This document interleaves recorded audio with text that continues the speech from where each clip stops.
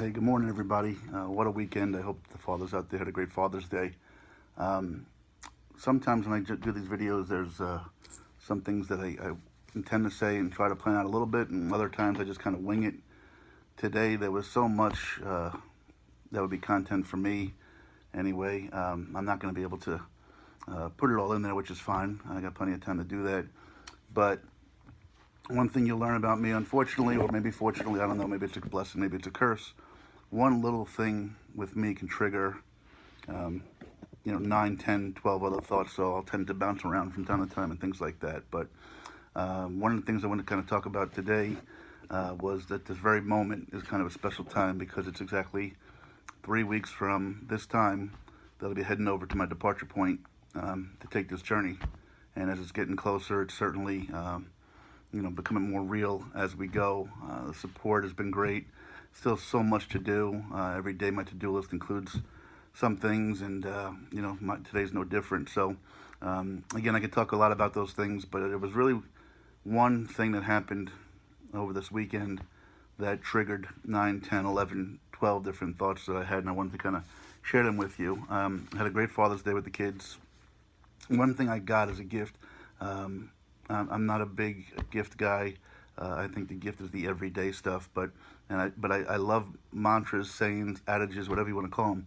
And one thing I got, which is really pertinent to this trip, was I got this here sign. It says, "Impossible is not a declaration, it's a dare."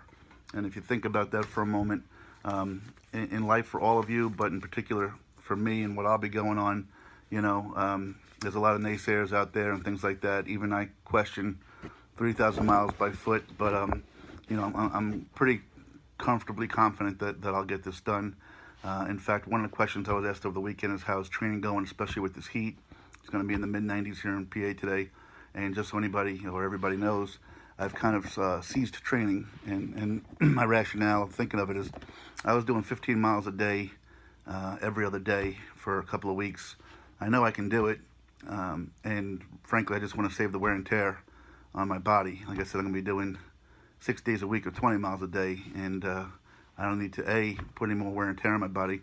But more importantly, it's summertime now, so the kids are with me, and to walk 15 miles takes 5 to 6 hours, and when I get home, got to clean up and shower and everything else, and those are 5 or 6 hours that I don't want to be away from the kids right now, because again, I'm going to be away quite a while, and so anyway, just an update on that. But the other thing that took place this weekend, which is really what I want to talk about, is something that was real special. Saturday, I was taking the kids. We were going to pick up a new laptop that I purchased because the laptop that I use now, I use for my company, my business, which, as you know, I'll be resigning from and walking away from. So I needed to get a laptop. So there's a store in West York that sells kind of used ones. I got one, relatively cheap, and I got to get that set up. But we were going over to pick that up, and one of the towns along the way has one of those community yard sales. So I asked the kids if they wanted to stop. Well, if you recall, last week was my son's birthday, so he had gotten a few birthday cards with some money in it. And money in my son's pocket is like kryptonite to Superman. He can't get away from it fast enough. So, of course, his answer was yes, let's stop. And he did pretty good for himself. He bought himself a Hess truck with a Lotus that loads onto the car carrier. But we were done. We were done doing the yard sales. We were going back to the car, and he saw one last house, a few houses down. He said, "Dad, can I run down there and take a look?" I said, "Yeah, bud, absolutely. Go ahead." So we got the car going with the AC, and he ran down, and he came back and he gave me something. And before I show it to you, because I'm probably going to tear up, let me explain a couple things. So I'm a really simple guy. I am not a real materialistic guy at all. I have a simple car, simple house, simple style to myself. Ever since I was a young man, the only material thing that I ever wanted to get and own was a Movado watch. For some reason, I always just looked at people with Movados, and they just seemed to be class and elegance and how I would love to come across to somebody. And I never did get one. But for Christmas a couple of years ago, somebody special to me indeed got me a Movado watch. And if there's anything I own from a materialistic standpoint, that would be it. And I love it. I truly do. The problem is it's not an everyday watch. At least I don't want it to be an everyday watch. So I had purchased kind of a hack around, inexpensive watch but the pin fell out, and I took it back to the place 2 or 3 times, and they couldn't get it repaired. So one of the times I did it was this past week with my son, and said, well, I got to pick up a kind of a cheaper watch to take on the trip. I don't want to be sweating through my Movado and taking it out there, and I also don't want to carry any valuables out there, just in case something happens. So my son came back and said, Dad, I got you something. And he handed me, he said, the batteries don't work, they said, but if we get some new batteries, it should work just fine. And he got me this watch right here. And I don't know if you can see what this watch is, but it says, I'm terrible at this here. It says U.S. Navy on it with the crest. And if you know what that means to this family, it means a lot. So let me tell you a few reasons why this is sort of so special to me. My dad was in the Navy, and I don't have a lot of memories of my dad, and a lot of them that I do have aren't really positive. But one thing I remember was going around as a child to the air shows to watch the U.S. Navy Blue Angels perform. And it's something I've taken on with my kids. One of the questions I've gotten from people is, do I have tattoos? In fact, I do. One tattoo is a U.S. Navy Blue Angel about that big, right on my right shoulder blade.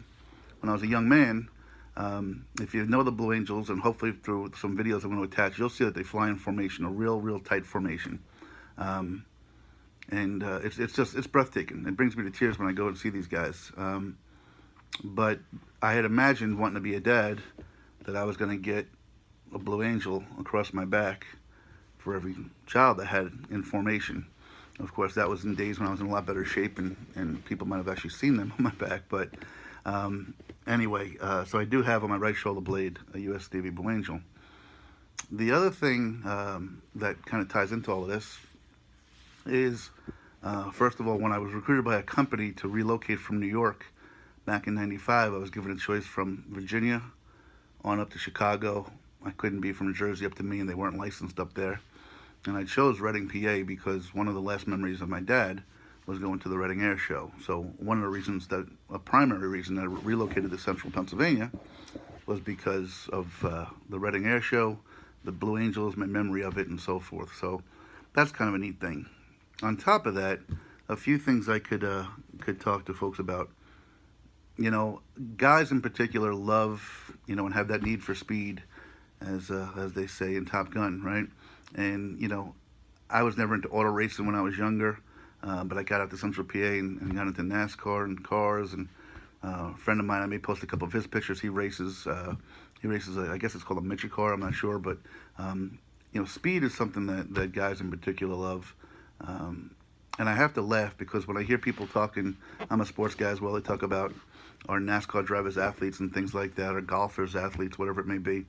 One of the arguments is that these guys drive cars 200 miles an hour, within feet of each other, inches of each other at times. Well, if that's the case and you're into speed, I urge any dad out there, it's a great day. Find out where the Blue Angels are flying. I've got their rest of the 2018 show schedule and 2019 show schedule. I hope my buddy can attach it to the Facebook page. I don't care how far you have to drive, make a day of it. But to watch these guys perform, these guys fly 400 miles an hour, 18 inches apart, wing to wing, when they're in formation. I mean, imagine a plane sitting above your canopy, 18 inches away at 400 miles an hour. It's breathtaking. And to watch these planes and our technology turn and the precision with it, it's just unbelievable. It's such a great day. It's a great day for the kids to get out there. And to an air show, there's so much more than just the Blue Angels, but they usually headline it and close the show. So, dads, get your kids out there. It's an amazing day. Bring plenty of sunscreen. You'll need that. But I can't express it enough. I've also attached a video of one of my favorite songs, which I play very frequently. It's Van Halen, Dreams. And in the video is of the Blue Angels. So watch the video. And in particular, right around the 2-minute and 20-second mark or so, you'll see what I'm talking about. There's a spot where all four planes kind of turn in perfect synchronization, in formation, and they're literally 18 inches apart. If you can think about that for a minute, it's just breathtaking. So, along with those things, I live in New York, PA. We're about an hour and a half, maybe a little bit more from Annapolis. And one of the other things that I think is special that I want to urge you folks to do, especially if you're a sports fan, but even if you're not, the greatest sporting event I have ever gone to and will ever go to and try to get the kids to is the Army-Navy football game. It's reserved on a day all for itself because it's that special. Um, but to talk about our future leaders and our future and these young men, first of all, the sport is fantastic. The competition is fantastic. Army's gotten us the last couple of years, I think, and we had a good run of about 11 years. But it's an amazing game. But more than the game is the pomp and circumstance, the ambiance. If you get there for the game and you get into the stadium early, about 3 hours before kickoff, each brigade starts to come into the stadium. And one of the most amazing things to me is when the first brigade that comes in, gets into the stadium and stands at attention. And they stand at attention for what seems like 2.5, 3 hours without moving. You know, I don't know how many of your parents, I can't get my kids to sit still for 8 seconds. Even I can't sit still for more than 15. That part alone is fascinating. But to see these young people who are our future leaders, to see the competition, to see the flybys, if you get to an Army-Navy game, to see their choppers go by, to see the Blue Angels go by, or not the Blue, but the Navy F-18s or whatever plane they're flying by, it's just breathtaking. My hair stands up, and it's just an amazing thing. So, folks, get out there to see that as well. Also, one of the questions I've asked, which I'll address some more, is, you know, if I had to have a bucket list and things like that. Well, I will tell you that really high on my bucket list would be if I ever had a last dying wish, it would be to go up in a Blue Angel and fly one of those bad boys. Not by myself, of course, but hopefully I wouldn't get sick and hopefully I wouldn't pass out because they pull many G's when they're making some of those turns. But it's an amazing thing. So as I said, I'm going to attach the show schedule. I'm going to attach the video. Watch the video. It's an amazing song. It's an amazing video. It shows you what these guys are. If you like speed, if you like precision, and more importantly, this is what I use it for. I have it in my office.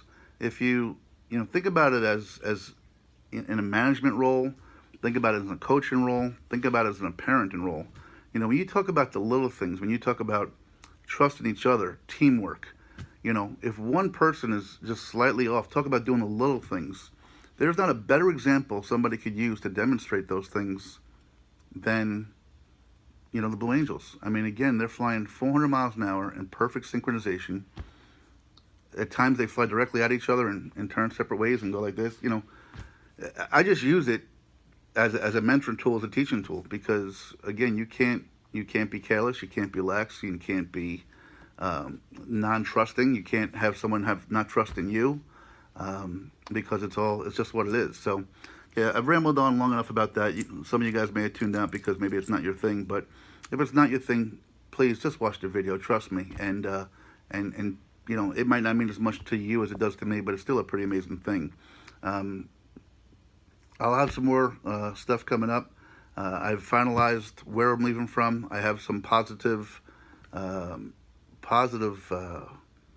things I might be able to share with you from some businesses that are willing to make some donations to charity on my behalf, which was beautiful, because again, this isn't about me.